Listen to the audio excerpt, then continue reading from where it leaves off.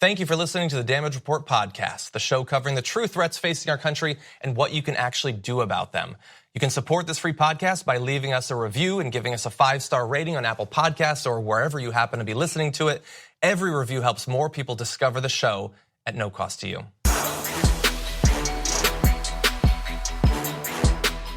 Welcome back, everyone. It is Monday, and we are already fired up in the Damage Report studios. We're ready to go. Well, by we, I mean me, John Adarola, and Brooke Thomas is back here. Yes, we're talking about Bill Maher, and we're not gonna talk about. We're not gonna bore you with that. Yeah, the thing is, like we love to say on Friday's show that we're gonna take the weekend off, but we don't. We still think about politics all day long, as I'm sure you guys do too. Not when the president's on 60 Minutes. No, and that's actually the first thing we're gonna talk about. We have quite a few clips from his Leslie Stahl interview.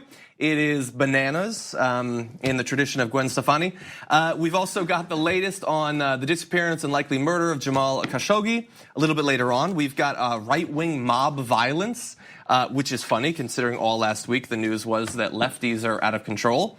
And a little bit later on the show, very exciting, we're going to have Emma Vigeland from TYT Politics, or Rebel HQ. I don't know what they call it these days, but she's awesome, and so she's coming back. She has been covering Trump rallies on the ground for years now, and probably longer than anyone else affiliated with TYT, I'm sure. So she's going to come on the show, talk about her experience, what she's learned, what has stayed the same amongst Trump supporters, what has changed.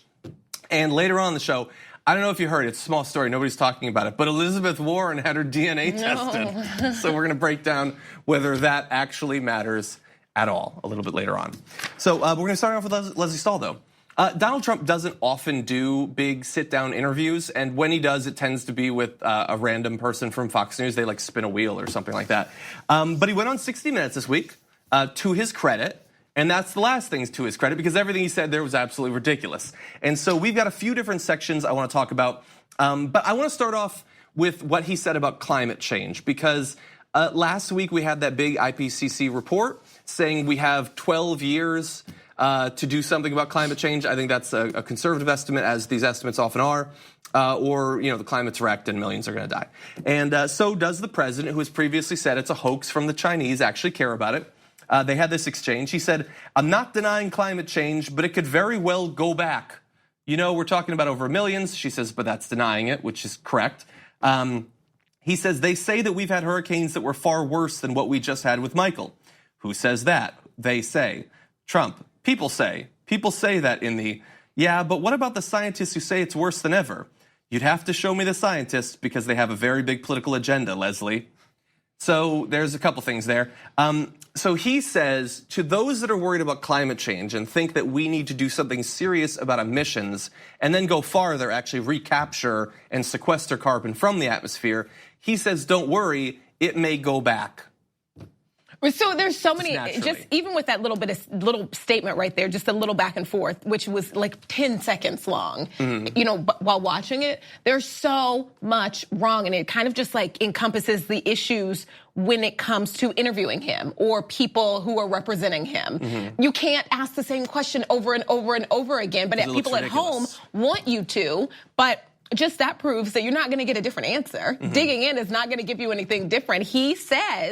He basically gives the definition of a climate change denier by saying it can go back on its own. This is normal.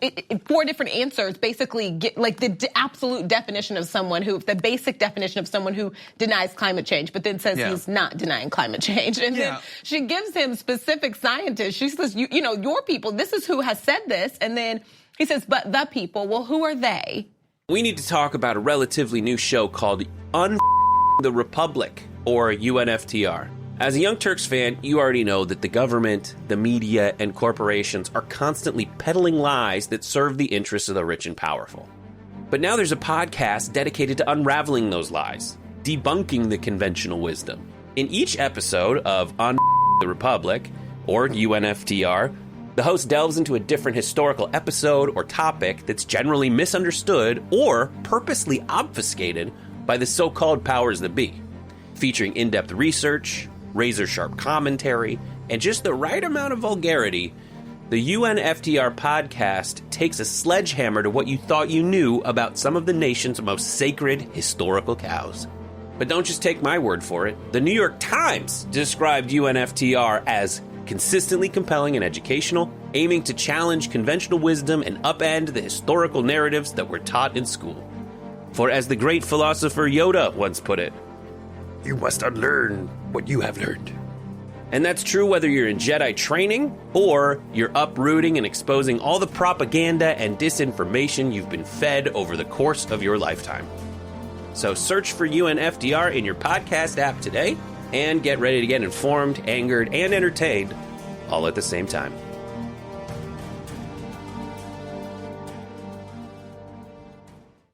The people. Yeah, it's frustrating because he does that for everything. She can ask more, but he's just going to say the same thing. If he can say people say that in the, and she's saying, well, yeah, but people say the opposite. People say that we need to do something about this. Those people are climate scientists. They are the people in the entire world best suited to actually say, based on their research, what is actually happening and what is likely to happen if we change our ways or if we don't. But he doesn't care about those people. He cares about people say. What people? I don't know. Ben Shapiro. Somebody random. Who cares? Boom. Chris Tucker. I don't know. He breaks it down to, well, they have a political agenda, which is really where everything has been able to go these days. Anything, if there's a fact, it doesn't matter because they found that fact because they have a political agenda. Everything breaks down to the Democrats hate me. Well, and look, here's the thing, and I will say this, and maybe this is a little bit controversial. Climate scientists do not have a political agenda, but they should. They don't because they're incredibly humble people. I've worked and traveled with climate scientists. That's what True North was largely about. They refuse to go as far in their statements as I would like them to, but they ground themselves in their particular area of expertise, exactly what they have worked on and what they know. But I would say they should have a political agenda because the fate of our civilization and our society rides on it. They don't. It's a false right-wing narrative to say that they are in any way influenced by money, which they largely don't have, or political influence, which they definitely don't have. That's absurd. But I wish that they had both of those things so that we could actually make some progress on this. We're just in this space now where we don't allow facts to just stand. Science is science for a reason. It's like calling a mathematician politically motivated because he says 2 + 2 is 4. But everything can be broken down into, well, it's a political agenda. For some, we've just like kind of shifted and sailed into this rocky, space where facts aren't allowed to stand. Yeah, it's bad enough that we are as tribal as we are, but when you have politicians like him who are trying to make these issues that should be just based on looking at data, he wants it to just be seen through the lens of partisanship.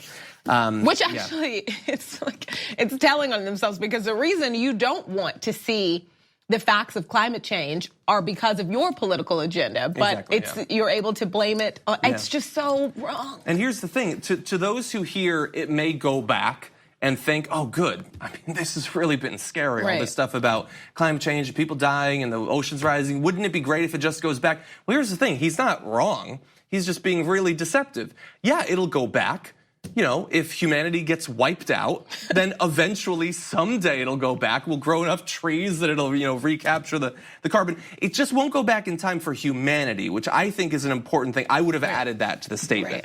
For you or your children or your children's children who will live in a Mad Max hellscape, it won't be going back for them anytime soon. Okay, let's move on to the next, though. Donald Trump has gotten some criticism for his comments about Kim Jong-un and his quasi-love affair. Like, that's not my words, that's his words. So he was asked in 60 Minutes about that as well, and here is their interaction. Do you trust him? I do trust him, yeah, I trust him. That doesn't mean I can't be proven wrong. Why would you trust him? Well, first of all, if I didn't trust him, I wouldn't say that to you. Wouldn't I be foolish to tell you right here on 60 Minutes? And then we fell in love, okay? No, really. He wrote me beautiful letters, and they're great letters. We fell in love. I want to read you his resume, okay? He presides over a cruel kingdom of repression, gulags, starvation, reports that he had his half-brother assassinated, slave labor, public executions. This is a guy you love. I know all these things. I mean, I'm not a baby. I know all these things. But why do you love that guy? Look. I get along with him, okay? But you said love him. Okay, that's just like a figure of speech. No, it's like an embrace. Well, let it be an embrace. Let it be whatever it is to get the job done. He's a bad guy. Look, let it be whatever it is. I get along with him really well. I have a good energy with him. I have a good chemistry with him. Look at the horrible threats that were made. No more threats. No more threats. Just ridiculous. Yeah, it's just a figure of speech. Yeah, it's a figure of speech. You just said it right now, and we're criticizing it because, again, and this is something we've been pointing out for the last almost 2 years now, he is far more complimentary, even to absurd lengths. Like the thing about we fell in love, that's a weird thing to say in any context about any leader. Like if I went to like a journalism conference and I said like, yeah, I really got along with one of the presenters, we fell in love, that would be weird. And presumably that presenter would not have killed people. Right. And no one thinks that, no one is taking that literally. No one thinks that he's going to leave Melania for the leader of North Korea. No one assumed that he actually meant they were in a romantic, nobody thought that. Everyone understood that it was a figure of speech. But it was a figure of speech that stands so really strong, like, at least. Like, and that's the problem. And I think in his discussion as it went on, he was kind of saying, like, you should be, essentially, like, we should be glad that he has this, good relationship in this line of communication open. And then he inserted a lie that didn't get challenged because there's just not enough time. Yeah. But he got to say that, Obama was he was like about to go to war with North Korea, which wasn't true. And there's a reason why you're the first person to have this relationship with this man. People were choosing not to talk to this man, not to interact with this man. He's had threats, but no one cares. And no one had been listening to them and getting in a Twitter war with him because he was kind of by himself in seclusion, and people were okay with that. There was no threat of war. The President Obama wasn't about to go to war with North Korea, but he gets to say this on national television as an excuse. Like, listen, I fixed that. This is why I have a good relationship with such a bad man, because I had to fix this. And she can't correct everything. She can't. Yeah. So obviously that's frustrating. And look, at the end of the day, if all this weird stuff actually works, then fine, he can rely on that. But the problem is, and they've had to acknowledge this multiple times, every little bit of good news that comes out from there ends up getting massively backtracked almost immediately. Right. And as of right now, we have gotten some remains from the Korean War, which is great for those families. That is awesome. And that is it so far. All they've done is they've shut down a nuclear testing site that had literally already been shut down because the entire thing blew up last year. We got that. There were reports saying that they are still enriching uranium. It is possible that they're still building weapons. These are reports coming out. So as of right now, his bizarre strategy has not yielded anything. If it does, then fine. Perhaps we'll be proven wrong. But that part of the story has not yet been written. Number one is that we are still not on the verge of war. That's great. Yeah. So we still have that, which is awesome. We still have that. We had that before. I don't know if that matters to anyone. Okay, we do have to take our first break. When we come back, a little bit more from the 60 Minutes interview. Lesley Stahl asks him about his mocking of Christine Blasey Ford after this. Welcome back, everyone. So much more news to get to. Thankfully, Brooke is in studio. Yeah. So it should be a fun ride. We've got a little bit more from 60 Minutes. Lesley Stahl did ask the president about his choice late in the confirmation process for Brett Kavanaugh to choose to mock the survivor of sexual assault, Christine Blasey Ford, publicly in front of possibly tens of thousands of people. And here was his defense. Professor Blasey Ford got before the Senate and was asked, what's the worst moment? And she said, when the two boys laughed at me, at my expense. And then I watched you mimic her, and thousands of people were laughing at her. They can do what I will tell you this. The way now Justice Kavanaugh was treated has become a big factor in the midterms. Have you seen what's gone on with the polls? But did you have to? Well, I think she was treated with great respect. I'll be honest. But do you think there are those that think she shouldn't have been? Do you think you treated her with great respect? I think so, yeah, I did. But you seem to be saying that she lied.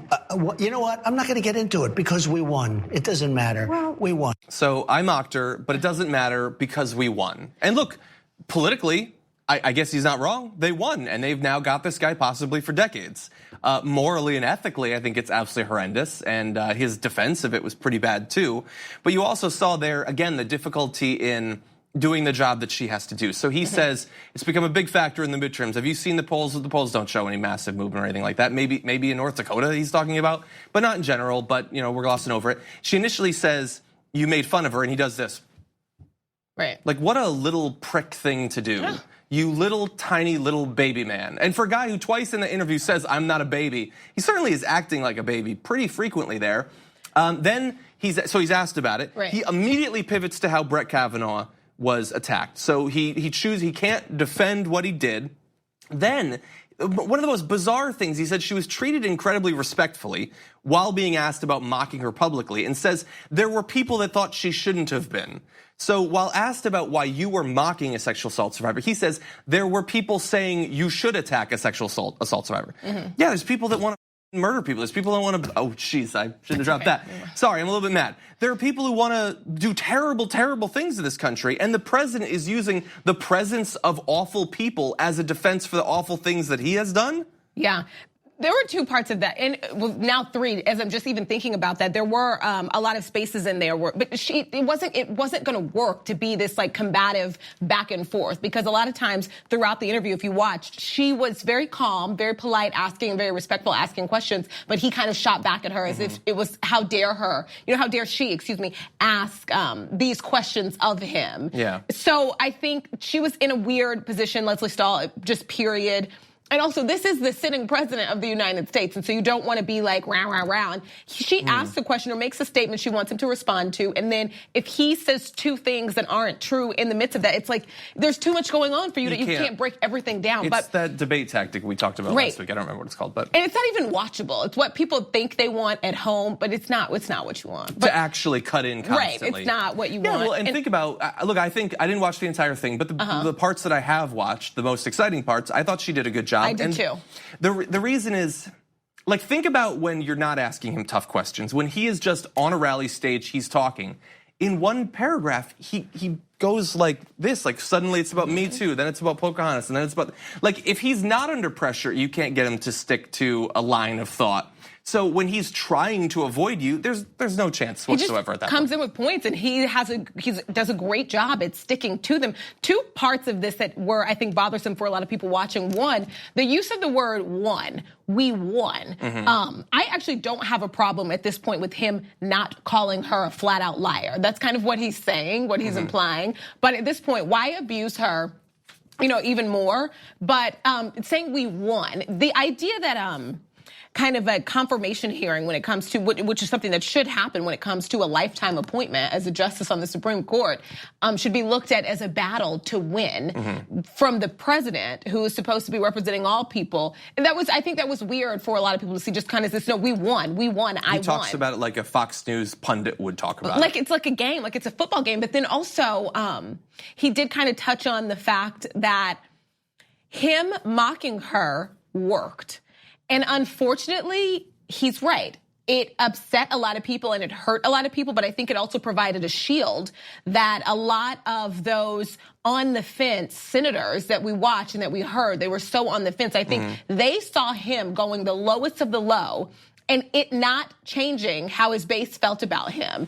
And that gave them the cover to do what they wanted to do the whole time. Because if he can do this, the least I can do is just vote. I'm just voting. Do you know what I mean? And I think that was, it looks like that was part of a strategy. I think what's upsetting about that is not even that as much as that he did it, but that's what works these days. Well, and who could he not mock? So, like John McCain, he mocks for him being a POW. Right, a disabled reporter. He mocks, the parents of slain soldiers. He mocks a disabled reporter. He mocks female reporters just brutally. He mocks sexual assault survivors. Who is he like actually barred from mocking? Who could he make fun of that it would actually hurt him amongst the people that he cares about? But how? I have no idea. I don't know if there is an answer to that. How his base reacts to him doing these things that a lot of people consider awful, that provides a shield to his supporters in Congress. Yeah. It shows that it'll be okay, Yeah. Okay, I do want to move on to other news, though. Look, Jamal Khashoggi, has been missing for some time, presumed dead. I don't know if there's anyone other than possibly Donald Trump who questions that at this point. And the call for some sort of consequences for the fact that it appears that the rulers of Saudi Arabia ordered this killing of a U.S. resident, Washington Post reporter, have grown. Bernie Sanders recently said this. I think one of the strong things that we can do is not only stop military sales, not only put sanctions on Saudi Arabia, but most importantly, get out of this terrible, terrible war in Yemen led by the Saudis. It's clear we cannot have an ally who murders in cold blood in their own consulate, a critic, a dissident. That is unacceptable. I tweeted this out, and some people said, no, we should get out anyway. And I was like, Bernie wants to get out anyway. He's been saying he wants to get out. Right? Yeah. You should know that. Right. He's just tying into this issue. Yes, he does want to get out anyway. But the question is, will there actually be any consequences? I mean, I'm not even talking about the getting out of the war, but even the earlier stuff Bernie was talking about. Well, Trump over the past 2 days has said two things. Just spoke to the king of Saudi Arabia, who denies any knowledge of whatever may have happened, quote, to our Saudi Arabian citizen. He said that they were working closely with Turkey to find an answer. I'm immediately sending our Secretary of State to meet with King. So he chose to put, quote, to our Saudi Arabian citizen, because he does not want you to think about this as a person who works in America, lives in America, has for some time. He chose to put that in there to get you ready for the idea that nothing will happen. He doesn't care. This is some Saudi guy, and the only Saudi people Trump cares about are the ones buying billions of dollars of weaponry. But he goes farther, saying the king firmly denied any knowledge of it. He didn't really know. Maybe, I don't want to get into his mind, but it sounded to me like maybe these could have been rogue killers, you know? Or who knows? So the king denies it. Yeah, people who plan murders often deny it. And then goes on to say, maybe it was rogue killers. And as Chris Hayes pointed out, yeah, they're rogue killers in a basement somewhere living with their mom. This is also him twice saying, I don't believe they had anything to do with this. And when talking to Leslie Stahl this weekend, she asked him, well, what if it turns out they do? Will you impose sanctions? And he essentially said no, that he feels that securing, that it'll be too harmful to lose. There will be a loss of jobs with Boeing and Lockheed Martin if they stop this relationship that they have with the Saudis. That they'll have this contract. It'll go to another country. It should be with us. So there's almost, is there anything they could do? And again, this is the party that supposedly is all like interested in the Bible and ethics and stuff like that. No, we need the jobs. So look, I don't understand. Back during World War II. Like the prohibition against working with the Nazis, that was stupid. That hurts jobs. Why not sell arms to the Nazis? Yeah, okay, look, sometimes maybe they're gonna sell them somewhere else, whatever. They're killing reporters. They're going into the consulates in other countries and they're murdering people. Yeah. Do we actually stand for absolutely anything? And the answer, of course, is no. When he was asked about Putin ordering assassinations, he said, yeah, he probably killed him, but it's in other countries. Yeah, it's in Britain. It's one of our long-standing allies. You're not going to stand up at all to stop them from killing people in Britain. What if maybe in Paris next time? Maybe he orders an assassination in Paris. No, we stand for absolutely nothing except possibly working with dictatorships to sell as many arms as possible. That's the state of America. Yeah, it's depressing news, unfortunately, we're starting off with this week. We do have to take another break, though. When we come back, it only gets worse from here. The Proud Boys have come after this. Welcome back, everyone. It's the Damage Report. I'm John Arola. Brooke Thomas is here. I'm here. Glad to be here. Yes, thanks for always. having me. I'm Happy glad that Monday. you're here. Let's talk about something not so fun. Right. So look, the narrative out there right now is that the left wing is a mob.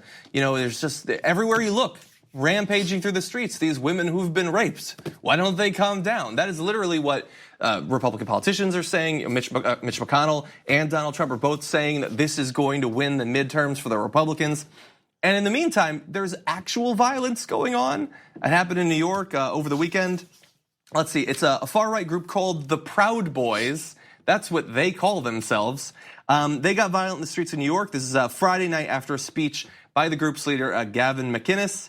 And we've got a little bit of video of what happened after that speech right here.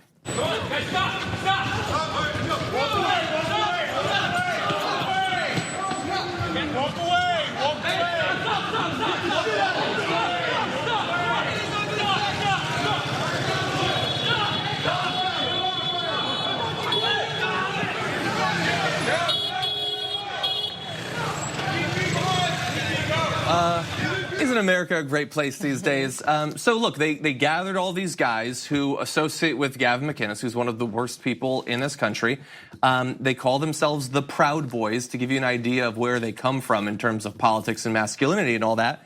And what do you know? After violent rhetoric and speeches, then they go out and they rampage and they beat people. And that video doesn't show up, but there's other videos showing them beating people and dropping F-bombs. Not like the four-letter F-bomb, the longer, like more violent slurs. Yeah, homophobic slur F-bomb. Again, to give you an idea of who these people are. And do we have the Fox and Friends video? We do not. So the videos that are out there showing, and you can see the faces in the videos, these are registered members of this group that had been at this particular club where the speech was going on. They also wear a uniform. They wear a uniform as well. Easier. One of them had a sword, which is the coolest thing about the group, but not when you're engaged in a violent mob action. I think it was Laura Ingraham uses the video to say this is left-wing violence, showing the members of this far-right group with a sword. They say, look at Antifa wielding swords these days.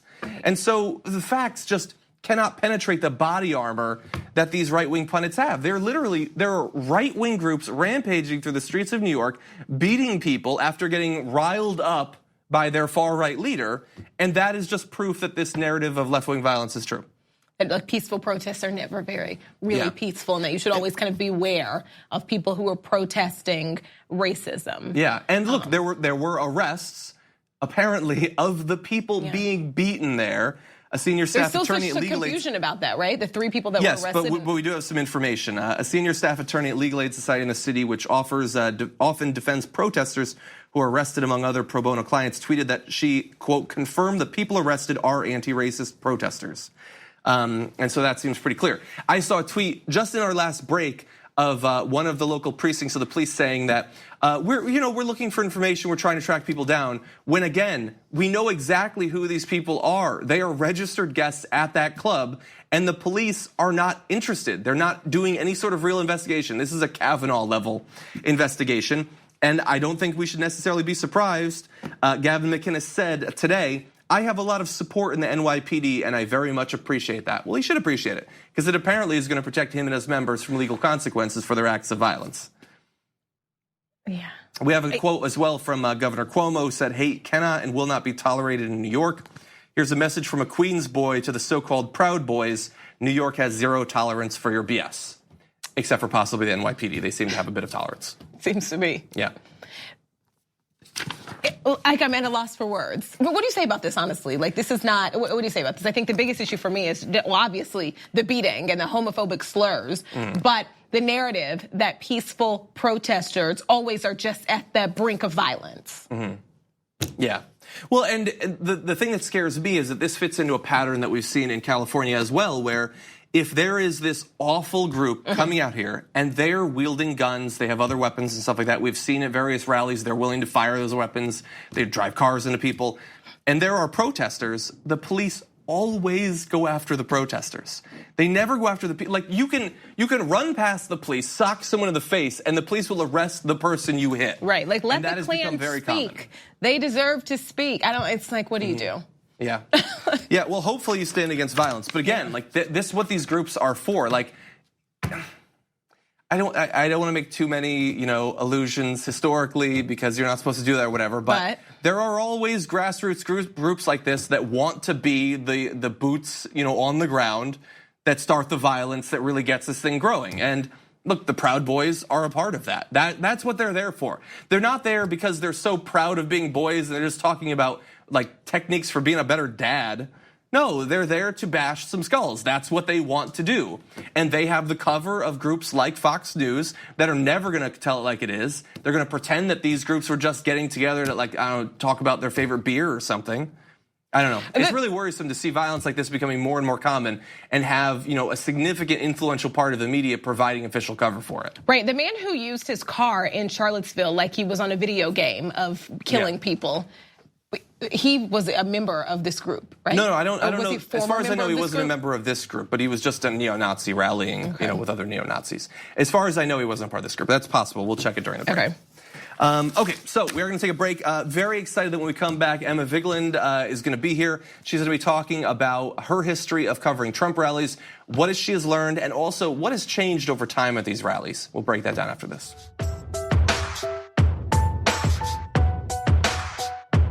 Welcome back, everyone. So look, this is the season of Trump rallies. They're coming in hot every week, multiple times. And we've been lucky at the TYT network to have Emma Vigeland, who's been traveling to a number of them.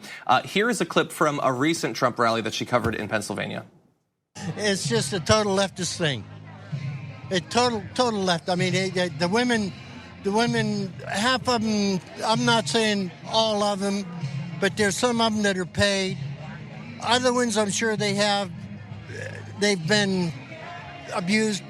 Really, you can't say no on that. But still, most generally, it's just a thing that Democrats want to do and say. That's all about it. That's all it about amounts to. So just to give you an idea. Right. Now, joining us on the show, very excited, Emma Vigeland is here. Emma, welcome to the show. Hey, John. Very glad to have you here. So there you were talking to a protester. I assume this is about Christine Blasey Ford's accusations about Brett Kavanaugh? Yeah, well, I was really more in general talking about the Him Too movement, and they brought it back there because that's clearly still fresh on their minds. Yeah. And so a lot of the accusations veered towards that. But the woman who I spoke to after in that clip actually defended Harvey Weinstein. So it was very... a large swath of people and defending of horrific accusations. Well, I want to give him credit. He acknowledged that some of these women have actually been assaulted. That was very generous of him. So you've been covering these now for a couple of years, correct? Back to during the election, possibly even during the primaries? Yeah, so I wasn't specifically covering them, but we've been trying to talk to Trump supporters because obviously they are a huge portion of this country. His popularity amongst the Republican Party and the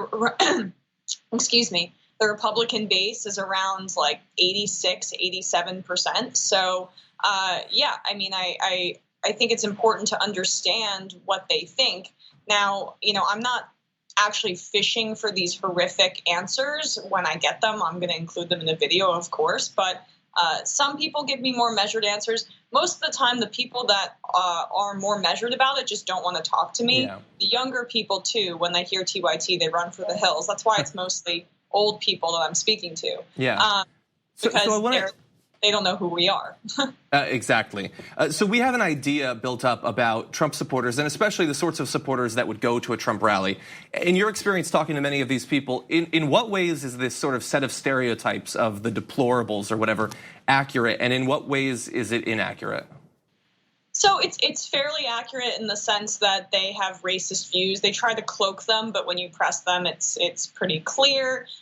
They're sexist. They're deeply authoritarian. I mean, they follow him to the ends of the earth in the sense that he said he could shoot someone in the middle of Fifth Avenue and get away with it. And when I confronted them most recently about his multiple bankruptcies and the fact that he got $413 million from his father and said he was a self-made billionaire, lied, and it was all through tax schemes, et cetera, they just brush it off and they'll say any politician will do that. It's a consistent moving of the goalposts whenever I'm having conversations with Trump supporters. But like calling them all deplorable, I used to err more on the side of that was a very fair accusation by Hillary Clinton, but they're not deplorable in their daily lives. Like I come up to them, obviously I'm a white woman, and so that has to be taken into account, but they're nice to me for the most part. As I've been doing more and more of these rallies and I've gotten more confident in the way that I want to speak to them and I know what works, I press them a little bit more and they're a little more hostile to me now.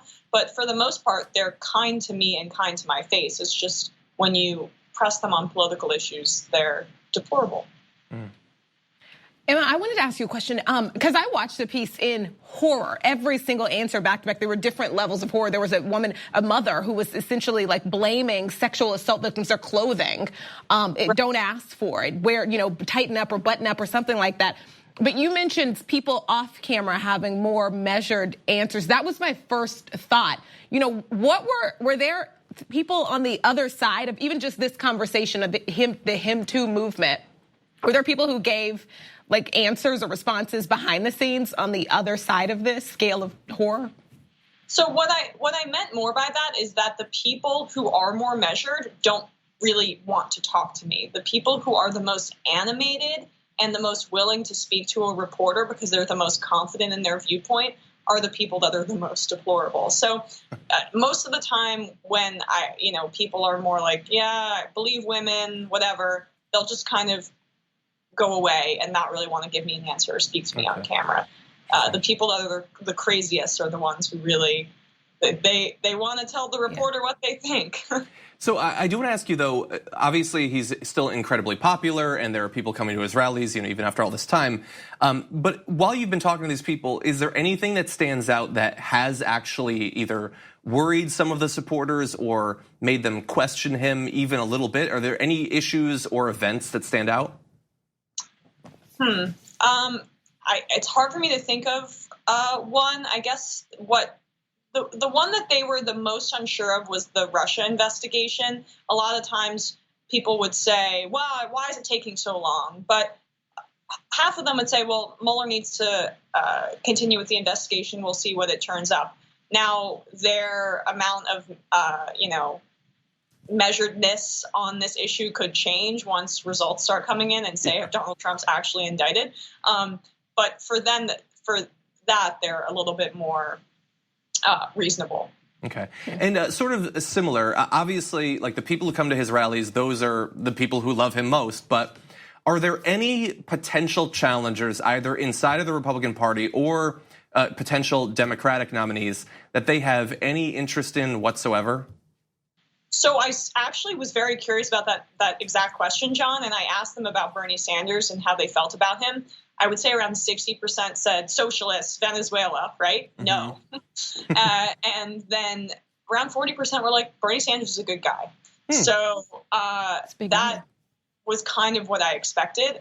But when you say Hillary Clinton or someone like that, God, their hair starts, their head gets red or whatever. They're freaking out. So someone like Bernie Sanders, a populist like him, especially when I was in Pennsylvania, they were very receptive to his trade ideas. And that's part of why probably they support Trump. And if it's Elizabeth Warren, how are they gonna receive her? I haven't asked, but I can kind of guarantee you that they're going to hate her in the same vitriolic way that you hate Hillary Clinton. They hate Hillary Clinton. I've said for a long time that when you want to look at sexism and the way people respond to candidates, the best way is not to look at Hillary Clinton versus Bernie Sanders because they are such different people, but it's to look at Elizabeth Warren versus Bernie Sanders and how progressives even respond to Elizabeth Warren, where there's sexism in that response too. Yeah, I have a feeling many of the exact word-for-word arguments that were made against her are going to be applied, even though on policy they have huge distinctions between them. But anyway, thank you so much for joining us. Always good to have you on, Emma. Hopefully people will go to Rebel HQ and they can see more of your reporting on these rallies and then your political commentary as well. Thanks, John and Brooke. Good seeing you guys. Thank you. We're going to take a quick break. When we come back, the DNA test results are in.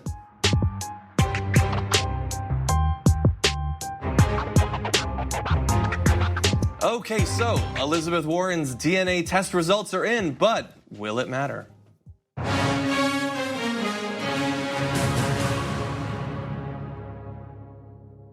I feel like that woman every day. So yes, after years of accusations that she's lied about having any sort of link to Native American past and that she has gotten her whole career because of those links, she has had to do the ridiculous thing, similar to Barack Obama producing his birth certificate. She has got the results, and if we bring up this first tweet, you're going to see she's got the Boston Globe article breaking it down. It reveals that, yes, she does have some connection to, goes back a couple of generations or whatever, but some Native American past. And she says, remember saying on 7/5 that you'd give $1 million to a charity of my choice if my DNA showed Native American ancestry? I remember, and here's the verdict. Please send the check to the National Indigenous Women's Resource Center, which, by the way, is a nonprofit working to protect Native women from violence. So that's nice of her. Specifically, though, she actually misquoted him. He didn't say she had to prove her Native American ancestry. He said, prove you're an Indian. Just to remind you, this is Donald Trump, and that's how he talks. So she did that. and his attacks have been proven untrue. Actually, if we could jump ahead a little bit, I want to break down both of these. If we bring up the picture of the little ethnicity section. So they had said that she got her career by claiming that she was Native American, but it shows that, no, she actually applied to change her identification to Native American 3 years after having gotten the big university job that was the beginning of her career. So both of those things are not true, but will this matter in any way? Listen, I'm not gonna pretend like that's not like a little like weird to me. I'm not at all. Obviously, I'm not saying that she got her job because she's Native American, but you can't say that people who find it a little like performative. I don't think that there's no base for that. And I do have to say that I don't think this is comparable to a Black American man, the first African American president of our country, having to prove that he's American. No, I'm not saying it's as bad. I'm just saying it's a white woman using some form of Native American ancestry. Well, the reason that I think it's in some way comparable is it's a couple of years of attacks that are baseless that the person then has to go to the effort of producing documentation for. It proves that the attacks have no basis in fact whatsoever, and yet he still says that Barack Obama is not a citizen or wasn't born here. And I am saying I think he will continue to say that she is Pocahontas and she's lying about this. That's what I'm saying. The pattern in terms of behavior is the same, not how consequential it is or how racist it is. I mean, they're both racist, but not to the same extent.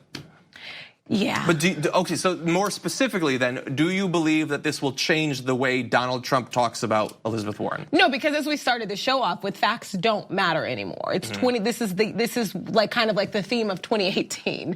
No, absolutely not. It's not going to change the way that she's talking about. She's not going to get that $1 million. He'll pay his taxes before that happens. Yeah. No, it's not going to happen. But you know, it's weird all around. I almost wish that she would have kept this. I don't see this ending well. Well, so look, I want to get into what we were talking about before the show about the practice of doing this. But before we get to that, the other section, well, we will, just a little bit. We'll go light, don't worry. But also about the bet, because look, she mentions there that he said he would give money. He was asked about this today, actually. Reaction to Senator Elizabeth Warren releasing the results of her DNA test? No, I have no. Who cares? Mr. President, you said you paid $1 million to charity. I didn't say that. Okay, so who cares? Well, first of all, you bring this up constantly without any sort of. You bring it up all the time, all the time. Like this would not exist if not for you. You care, sir. And then he didn't say that, which must be true because he has one of the great memories up here. It's called like up here, which is weird because we also found this clip. I will give you $1 million to your favorite charity, paid for by Trump, if you take the test and it shows you're an Indian, you know. This is weird. Wait, did we make that like in Adobe Premiere? Did we invent that video? Because there he's directly saying that he would do that. Facts don't matter. It doesn't matter. He's not going to pay. No, but we knew that. We knew that when he said it. Yes. He's not. But not only is he not going to pay, he's going to continue to say he didn't say it. Yeah. And there is just not time to question him on that. There's just, you have to prioritize, right? There's just not time. This would have to be one of those things that you just can't ask a second time. And also, if somebody finds the time, you're going to get that same answer. That's true. I didn't say it. What I would like is, look, I would like to just not have this be a thing. Like, if he runs against her, this is what he's going to be talking about. And we know the way that these debates work, like demonstration of like expertise on policy doesn't matter. What do you remember about Trump's debates with Hillary Clinton?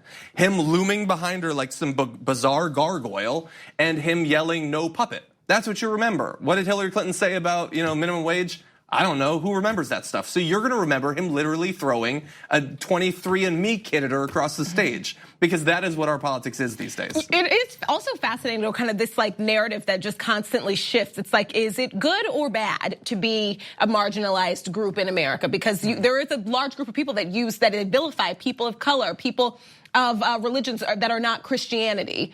But then there's often this, because we've seen the same thing with Ted Cruz and Beto O'Rourke, that he says Cruz kind of implies that he uses the name Beto in order to kind of side up with ethnic people. Yeah. But wait, is it good? Is it good or is it bad? If it like, you know what I mean? It's like, and so that's bizarre. It's really bizarre that kind of the argument. Of course, it's fine. It's normal. I'm a person of color. I know that it's not. I know the answer to is it good or is it bad? But it's funny that kind of that argument, it shifts and it changes, and they get to use both. Yeah. Yeah, exactly. And look, so I understand that some people might still think it is bizarre for her to do what she's done. That's fine. Yeah, I think obviously the joke is, hey, I'm 1/16 Native American. Like lots of white people have said that, even though there is nothing in their family, there's nothing, like it doesn't actually bear on them. And that's, we talked about it before the show. It's a weird thing that white people do, I think, generally because we're bored about our backgrounds and lack of culture. Okay. But she didn't get a career based on it. And she does actually have the ancestry, just to be clear. Thank you so much for joining us on the show. Always good to have you here, Brooke. Thank you for watching. Tomorrow morning, much more for you. See you then. Thank you for listening to the Damage Report podcast, the show covering the true threats facing our country and what you can actually do about them.